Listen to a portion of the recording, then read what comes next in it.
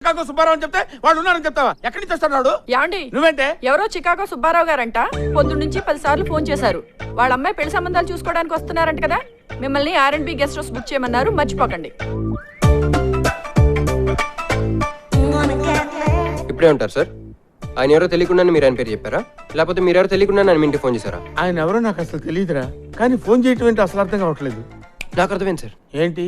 దీన్ని sub conscious memory power అంటారు sir. అసలే కన్ఫ్యూజన్ లో ఉన్నాను, క్లియర్ గా చెప్పరా బాబు. ఏం లేదు సార్, మనకు బాగా పరిచయం ఉన్న వాళ్ళు కూడా ఎక్కువ రోజులు కలగపోయేసరికి మర్చిపోతా ఉంటాం. కానీ మన మెత్తటి పొరల్లో వాళ్ళ తాలూకు జ్ఞాపకాలు నిక్షిప్తమై ఉంటాయి. అప్పుడప్పుడు అనుకోకుండా అలా బయటపడతా ఉంటాయి. అంటే పురాతన వస్తువులు తవ్వకాల బయటపడ్డట్టు అన్నమాట.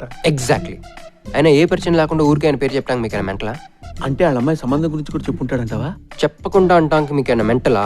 అరే అస్తమానం మెంటలా అనకరా, నా మీద నాకే డౌట్ వస్తుంది. మీ మీద మీకు డౌట్ వస్తే పర్లేదు సార్, అనవసరంగా నా మీద డౌట్ పెట్టుకున్నారు. నేను వస్తాను సార్.